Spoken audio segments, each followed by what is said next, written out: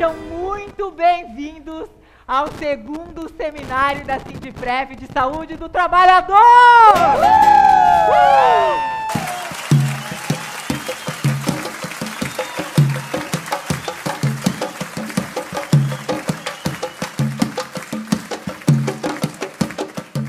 É com enorme prazer e com muito orgulho que o Sindicato dos Trabalhadores em Saúde e Previdência do Serviço Público Federal de Santa Catarina, o Sindiprev Santa Catarina, que dentro de uma vasta programação em comemoração aos 25 anos de sua fundação, apresenta o segundo Seminário de Saúde do Trabalhador.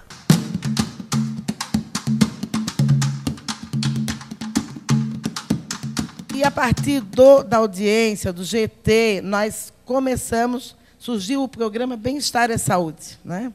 Esse programa veio como objetivo de criar ações que defendessem os trabalhadores dentro da sua base. Criou-se, então, os grupos de trabalho e os diagnósticos no local de trabalho.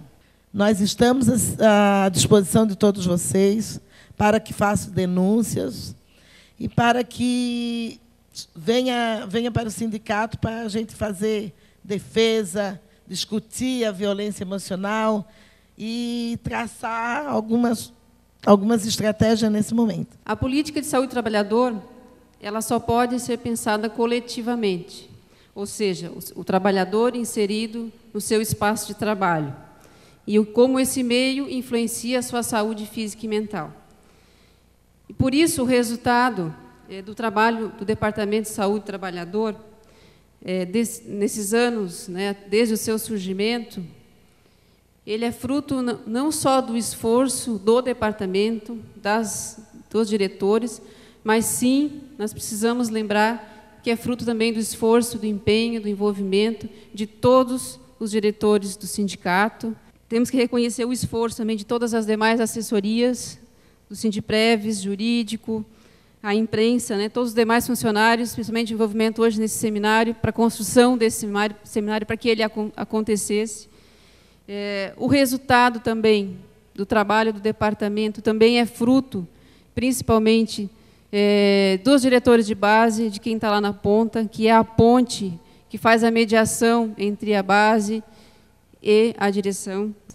Eu espero que esse seminário ele deflagre e nos dê aqui subsídios para a gente continuar construindo ações, né? Que a gente não pare por aqui, que a gente continue podendo discutir, problematizar e que a gente sinceramente avance, porque as condições de trabalho dos servidores públicos, que até agora, como Maria muito bem disse, estão relegados ao esquecimento. Saúde, trabalho e felicidade. O que uma coisa tem a ver com as demais? A maior incidência de estresse nas pessoas que trabalham, o pico, é lá nos 35, 45 anos, o que é muito provavelmente a metade da faixa etária das pessoas que estão sentadas aqui. Nós não somos estressados quando muito jovens e não somos mais estressados quando mais velhos. A felicidade agora, me acreditem, é um assunto que foi parar na mão dos economistas. E este professor de uma universidade norte-americana, que chama-se Andrew Oswald, estudou a felicidade e mostrou que a curva das pessoas felizes é exatamente o contrário daquela que nós vimos antes. Nós somos, por alguma razão, muito felizes quando jovens, antes dos 20 anos. E voltaremos a ser felizes só depois dos 60. que o trabalho tem que ser maior do que a gente? Quando a gente vai ver hoje, a gente continua mais ou menos nos 60% a 70% de trabalhadores com lesões osteomusculares, né? As intoxicações por mercúrio desapareceram, porque a única empresa que trabalhava com mercúrio lá em Porto Alegre fechou. Mas intoxicação por chumbo continua importante, né? E nos últimos 2, 3 anos nós começamos a receber casos muito estranhos, para dizer o mínimo, né? Quer dizer, pessoas, trabalhadores que vinham encaminhados da rede básica de saúde. O Hospital de Clínicas hoje ele não tem porta de entrada direta no sistema, a não ser a emergência, né? Então os trabalhadores têm que vir necessariamente, as consultas têm que ser necessariamente marcadas por uma unidade básica ou por um centro de referência, né? Ou por um CAPS, né? E as pessoas vinham com queixas físicas, somáticas, por dor, alguma outra coisa, mas vinham também com uma história, com um relato ligado à questão da saúde mental. Isso não se tinha antes. Não se tinha. O que se tinha eram as agressões provocadas fundamentalmente pelo taylorismo-fordismo, né, que eram produto da separação. Tinha gente que pensa o trabalho, tem outros que executam, então o pessoal que executa acaba não tendo o que fazer com a sua inteligência, com a sua cabeça, né? Mas agora a gente está num outro patamar.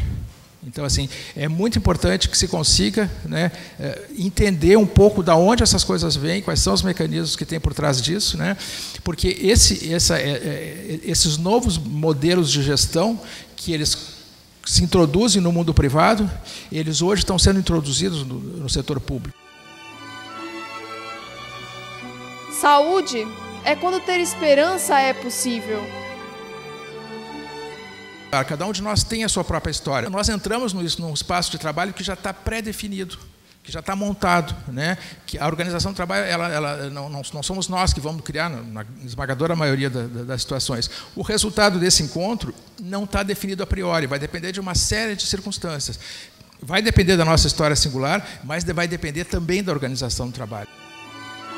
As pessoas não vão ao trabalho por causa do salário. O salário é importante, mas é o trabalho que serve para construir a identidade. E essa identidade é a âncora da saúde mental. O ambulatório de doenças do trabalho ele existe há 25 anos, né? E nós notamos nos últimos anos uma mudança de perfil no atendimento, né? Nós estamos sendo procurados por muitas pessoas, muitos trabalhadores com queixas psiquiátricas, queixas psíquicas, mas relacionadas principalmente aos novos modelos de gestão do trabalho, né? Onde, por exemplo, o assédio moral, ou para falar de uma maneira mais ampla, digamos assim, a violência psicológica no trabalho está sendo usado como instrumento de gestão, como instrumento de fazer as pessoas cumprirem metas, cumprirem, né, as cotas, buscarem prêmios de produção, etc, etc. Então isso está provocando um tipo de adoecimento que é um adoecimento novo, né, e que é difícil para a psiquiatria tradicional conseguir entendê-lo, né? Quer dizer, porque esses novos modelos eles atingem o reconhecimento, eles atingem alguma coisa que é muito importante para a saúde mental, que é o reconhecimento da qualidade do trabalho que se faz, né? Então, os diagnósticos têm sido muito variados, mas principalmente transtornos de estresse pós-traumático, né? Que são quadros agudos, são quadros graves. Nós já tivemos mais de um caso de pacientes, né, de trabalhadores com tentativas de suicídio, né? Tentativas de suicídio realizadas com ideação suicida. Então é um quadro que nos preocupa muito, e a nossa ideia nós estamos abrindo agora uma agenda específica de atendimento para, nós vamos chamar de sofrimento no trabalho, né, que é uma agenda específica para tentar fazer essa correlação.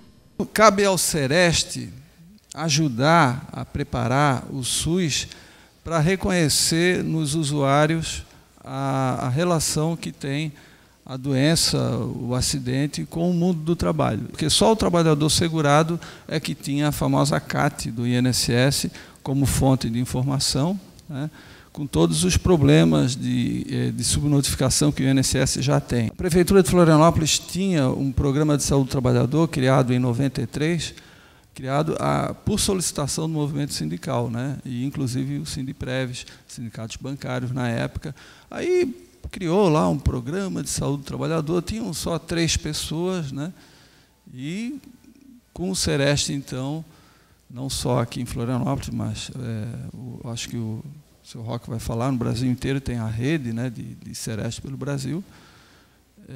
Agora, aqui, parece que em Santa Catarina também, o Sereste tem se ressentido da falta do movimento sindical cobrando, né, as efetivas ações do Sereste. A principal causa de mortalidade no país, vem aí no item B, são as doenças não transmissíveis, capitaneadas pelas cardiovasculares, doenças do coração e da circulação.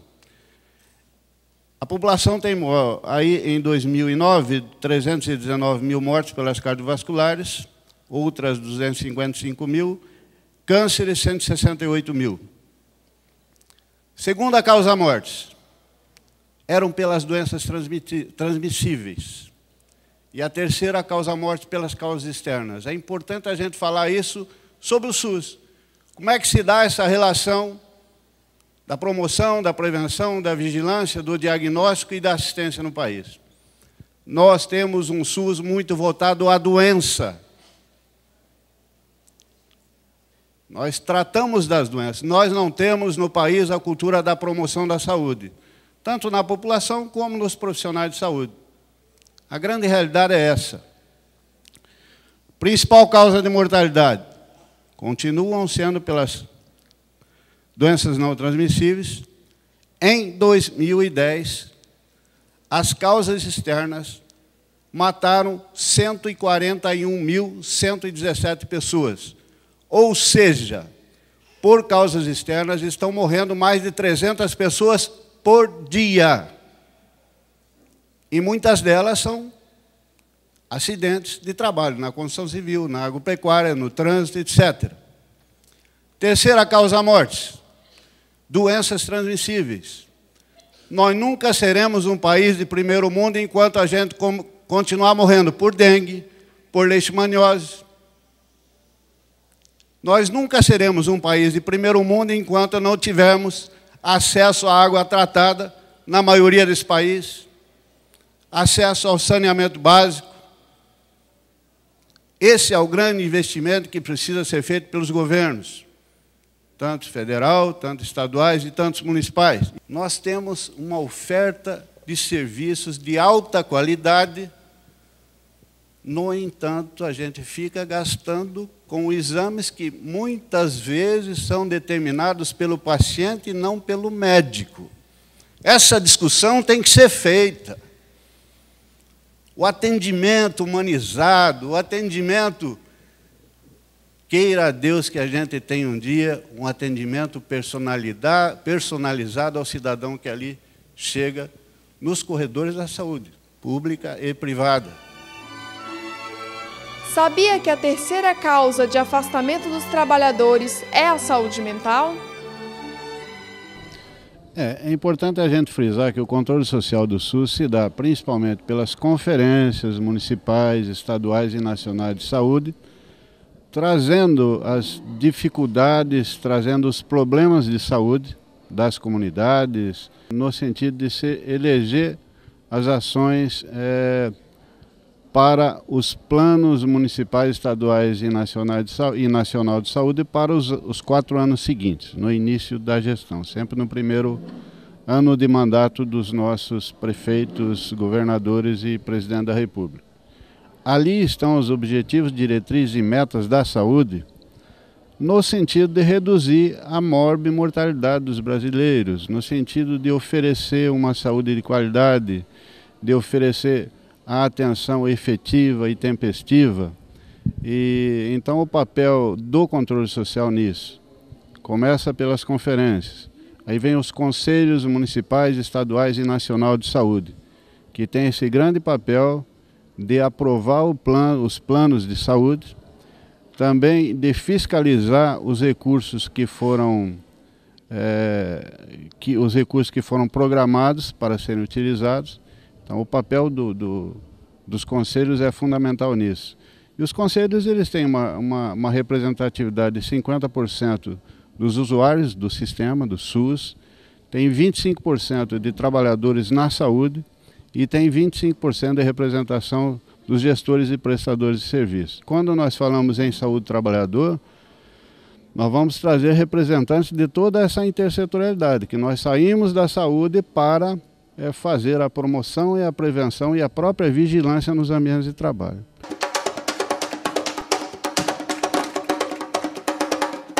Olha só quanta gente ainda eu tenho para atender. Eu não cumpri minha meta!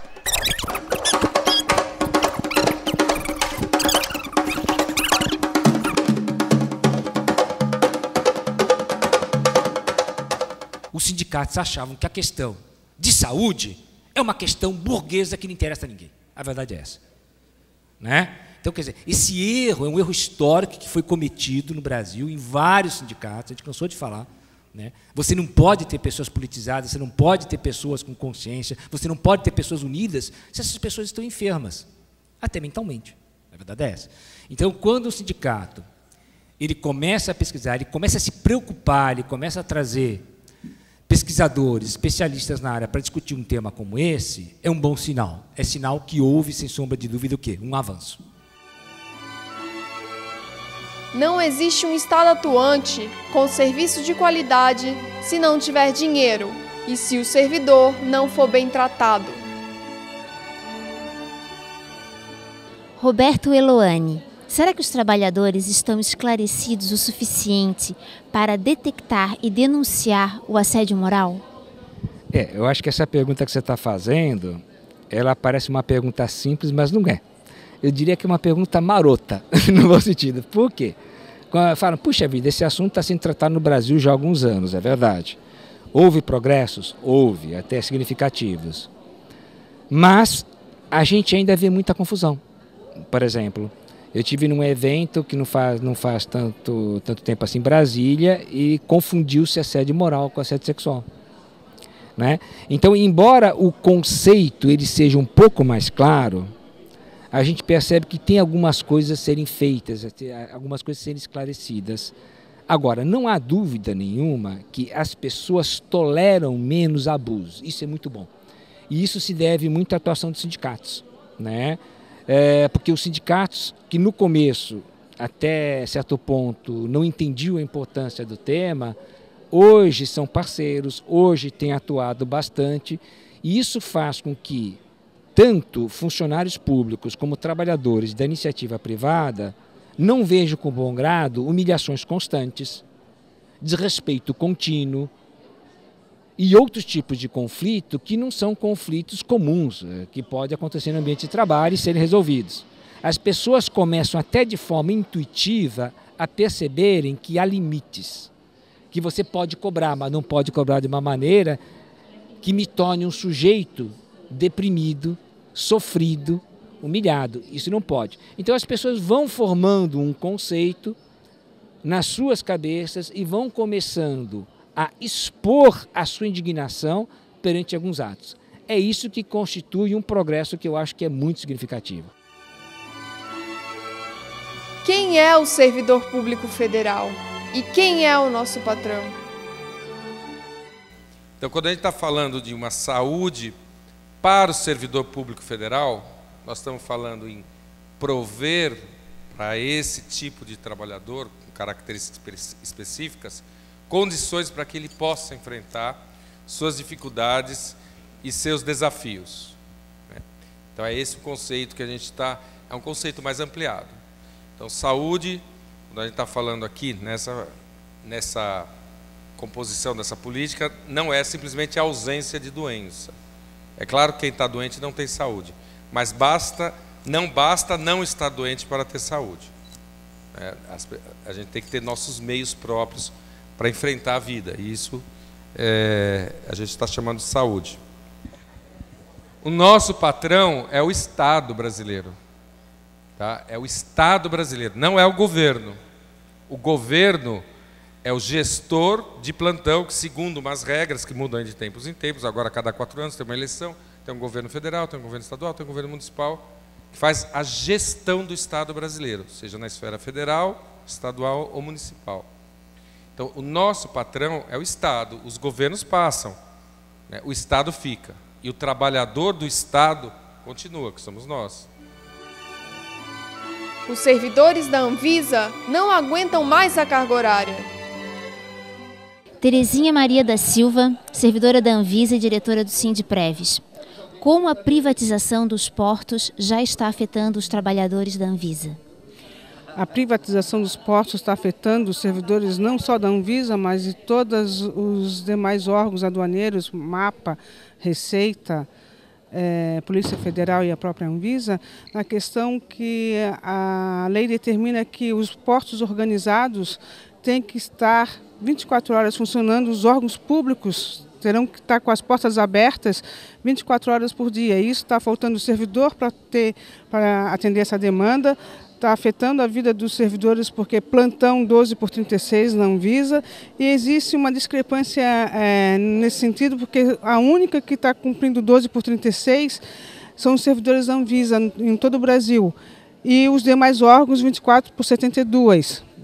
E isso está mexendo com a vida particular dos servidores da Anvisa, já que a maioria está com acima dos 50 anos, já não está com mais condições físicas para aguentar uma atividade dessa forma, uma imposição de carga horária dessa forma.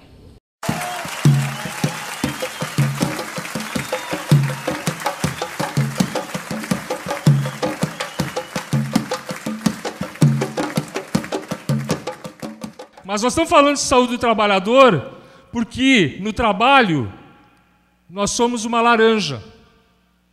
Nós só servimos enquanto nós produzimos. Para o patrão, que é dono do Estado, porque o Estado não é neutro. O Estado tem dono. O Estado é propriedade dos ricos e dos poderosos. Os que não são ricos e poderosos, eles têm o tratamento que tiveram os estudantes ontem na Avenida Paulista, em São Paulo. Ou tiveram os trabalhadores do INSS na greve de 2009. Repressão.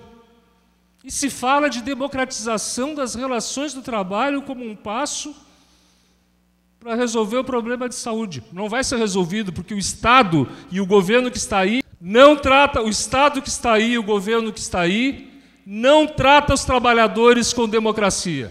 O Ministério da Saúde praticamente não toma conhecimento, né, da forma como trabalham esses funcionários, esses servidores, e também não quer saber e não tem interesse em saber se a política de saúde do trabalhador está sendo implementada através de Estado e município ali, também não quer saber.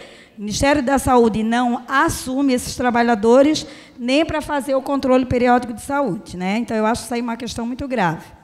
E é importante que cada estado é exemplo do que foi feito aqui em Florianópolis, em Santa Catarina, esse seminário riquíssimo, com depoimentos, com avaliações técnicas, com a representação do governo, colocando a posição. E esse debate que estamos fazendo neste momento, é importante que esse seminário seja feito em cada região deste país. É difícil de acreditar numa gestão, tá? Num governo, né, que fala em saúde, que cria políticas, que desenvolve esses mecanismos, mas aplica 50% do seu orçamento no pagamento da dívida. Mas é difícil a gente falar de política de saúde ou coisa assim, ver o que está sendo desenvolvido e ver esse outro lado, né? É difícil acreditar num governo, numa gestão, que nos privou, né, de sentir a dor do outro. Hoje nós estamos carentes, nós não conseguimos mais sentir a dor do nosso colega, nós não sentimos mais, nós estamos perdendo a nossa humanidade. Né? Por quê? Porque ele comprou um modelo de gestão privado e aplica, e está vendendo esse modelo de gestão do INSS para outros órgãos, né? Está sendo ovacionado como a 8ª maravilha do mundo, para que outros órgãos tenham esse mesmo modelo de gestão. Então é difícil a gente começar a ver o que foi exposto aqui, né? Com todo respeito, né? Mas e ver uma luz no fim do túnel. A gente tem, obviamente, que pensar na saúde do servidor e pensar nas políticas da melhor forma possível, mas, infelizmente, uma coisa que não se pode esquecer é que o Estado não vai deixar de pensar, e eu não estou falando por mim, não estou falando pelo DESAP, estou falando uma realidade. O Estado ele não pode deixar de pensar na questão econômica também. Então, assim, o desafio é fazer uma política da melhor forma possível, de modo que a questão econômica seja considerada e não imposta como matriz da política. Eu acho que esse é o desafio. Já existe legislação suficiente para melhorar as condições de direitos e de reconhecimento dos direitos dos servidores públicos em relação à saúde do trabalhador. Então, o que é que está faltando para que isso aconteça? Me parece que é o governo, em primeiro lugar, definir no seu âmbito a existência de uma política voltada para essa área. O que a gente tem visto é a atuação governamental, em alguma medida até positiva em algumas coisas, mas absolutamente descolada. Quer dizer, ora ele atua numa determinada área, ora ele atua numa outra área, uma política errante, né? Então, a nosso ver, legislação tem suficiente e adequada a se adotar no serviço público os mecanismos de proteção ao ambiente de trabalho e à saúde dos servidores públicos, semelhante às proteções que se propõem para o setor privado. Agora, é preciso que o governo federal adote isso como uma política efetiva e passe a conveniar, a se relacionar com os organismos existentes, como a Rede Nacional de Atenção à Saúde do Trabalhador e outras entidades de saúde suplementar, por exemplo, para promover então essa política de modo integrado. O que não tem hoje é exatamente essa ação governamental. É algo feito muitas vezes por vontade individual de alguns técnicos ou por pressão, ora por pressão de determinados momentos, e inexiste uma política voltada para a área.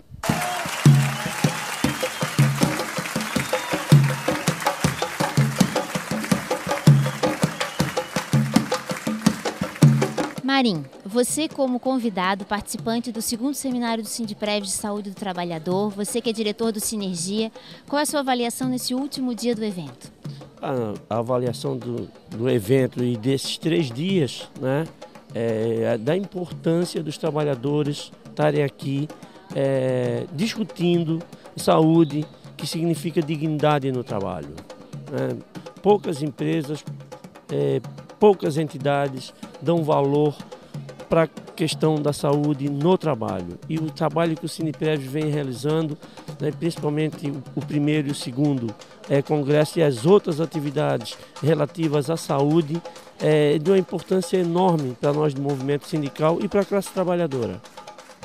Sempre construindo a história na luta. Foi mais 3 dias de luta. Isso aqui é a luta, é formação, é um momento super importante que o sindicato tem. Dizer que a gente sai daqui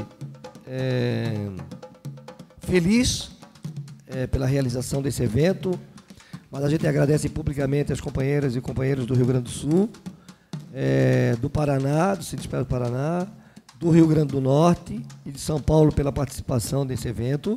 Agradecer às estudantes da Universidade Federal, agradecer a todos os funcionários do sindicato, todos eles vieram aí, participaram como ouvintes, e essa foi o papel também da direção do sindicato, colocá-los eles nessa discussão de saúde do trabalhador.